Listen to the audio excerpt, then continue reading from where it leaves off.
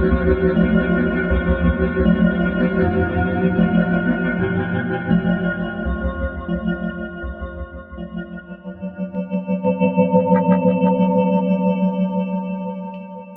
journalism is defined as a popular style of sensationalized reporting that takes its name from the format as a small-sized newspaper. The first modern tabloid was started in 1903 London and had all of the hallmarks of what we now know as a tabloid. The stories inside the pages included crime, tragedies, celebrity gossip, sports, and so much more. Hi, my name is Leslie, and welcome to Tabloid Superstars, where I will be covering everything tabloid from the weird, the wacky, to the stabby. In London set the bar high for the easy to read layout, photos, and huge font.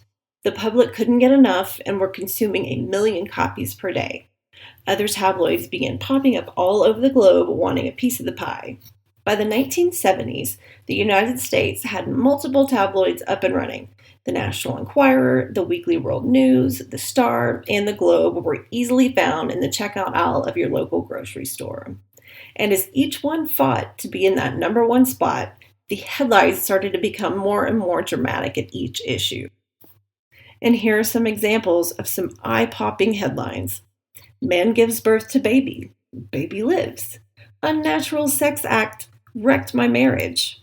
She used dead babies to fertilize her garden. Hillary Clinton adopts baby alien. Caged in a toilet for 33 years. Man gives birth and baby lives. The National Enquirer became a fan favorite thanks to a commercial in the 1980s with celebrities leafing through pages and saying their inquiring minds want to know. By this time, the formula for all tabloids would include a scandal with pics on the front page, followed by psychics, fad diets, celebrity gossip, engagements, divorces, and deaths, all sandwiched in the middle. And true crime was hot and heavy back in the 70s and continues to this day. Current issues are a bit more subdued as opposed to previous years when unedited crime scene photos were on the front page. Side note here, this is when my interest in true crime came to be. My mama was a huge tabloid collector, so I had unfettered access to graphic pictures, headlines, and articles. Love you, mama.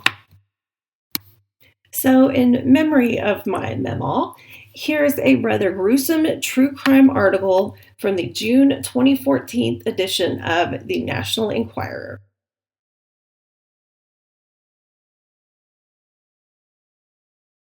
Gregory Scott Hale, a self-proclaimed Satanist, gleefully informed Tennessee police of what he had done that very day.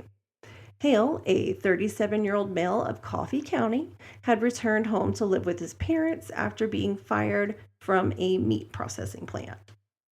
I almost started to feel sorry for this guy until I found out why he was fired from the plant. He was caught stealing bones and blood, and if those two things weren't nasty enough, eyeballs. Now, folks may take a pen or something from work, maybe a stapler or some sticky notes, but this guy, he fills his pockets full of gore before he goes home. Just pew. To continue, Hale took a trip to Manchester and bumped into single mother Lisa Marie Hyder, who was standing outside of the liquor store where she worked. He befriended the mom of 6, who also had recently been diagnosed with ovarian cancer. Hale offered to take her home, and Lisa Marie agreed. They went into Hale's home and had consensual sex after drinking several beers, as you do. Once Lisa fell asleep, Gregory Hale grabbed a machete and began to repeatedly and wildly strike at Hyder's body. Once he was satisfied she was dead, Hale dismembered and decapitated her body. After taking pictures of the victim, he began cutting chunks of her flesh from her body and consumed them right on the spot. Once Hale had decided to get rid of the body, he asked his neighbor for a shovel and proceeded to tell the neighbor why he needed the shovel. Once Hale decided to get rid of the body, he asked his neighbor for a shovel and why he needed it. Thankfully, Hale's neighbor was not a psychopath, and thought he should call the police and let them know that Hale was looking for help to dispose of a body. When police arrived, they caught Hale trying to dispose several body parts, including burning a woman's torso. Buckets of human remains were found throughout the property. Although the victim's head, hands, and feet were missing, the police were able to identify the torso as belonging to Lisa Marie Hyder. Hale had murdered her on the same day that they had met, and not only confessed to killing and dismembering Hyder, he also claimed to have eaten large chunks of her body. He was charged with premeditated murder, abuse of a corpse, and tampering with evidence in the death of Lisa Marie Hyder. Days later, Hale pled guilty to all charges and was sentenced to life without parole. And everybody knows it's not just true crime that comes in those tabloids. There's also some weird stuff in between those pages as well.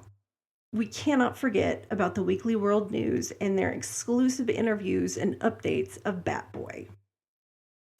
No doubt many of you have already heard of Bat Boy, but for y'all that haven't, here you go. Bat Boy is not a kid who picks up stray bats at a baseball game, nor is he Batman's illegitimate child. He is literally half bat, half boy, full of razor-sharp teeth and claws, super quick to bite people, and even slower to apologize. Now, Bat Boy was first discovered in 1992 in a hellhole cave in Pendleton County, West Virginia. He was caught and turned over to scientists where they could study him. Now, they didn't have Bat Boy for too long as he bit his handlers on the neck and escaped into the night. We were able to find out that even though Bat Boy is part human, he has no morals whatsoever, has no trouble drinking human blood through a cup and a crazy straw. Even though Bat Boy escaped, he tends to make the rounds every 10 years or so, popping up to get more people interested in his story. Even though Bat Boy sounds like a crazy invention, you've got to wonder, even just a little bit, if any part of that is true. Could it be true that it's printed in black and white and right in front of you? Could it be true because of the black urgent font slapping you in the face at the Walmart checkout counter? I mean, it's right there. It's next to People Magazine and Women's Daily, both true, reputable magazines. So what about Bat Boy? Is it true he did bite a handler on the neck and escape into the night, only to pop up at a local community college studying underwater basket weaving? Who knows? Really, who knows if it's true? I do. Come back and join us as we spill all their juicy stories from retired tabloids way back in the day to the current ones sitting next to you at the checkout. If you have ever wondered, did Elvis really die on the pot? Are aliens real? And why are they fascinated with sticking stuff up our butts? Or what happened when the babysitter went and checked the children? If you like the weird, the wacky, and the stabby, welcome home.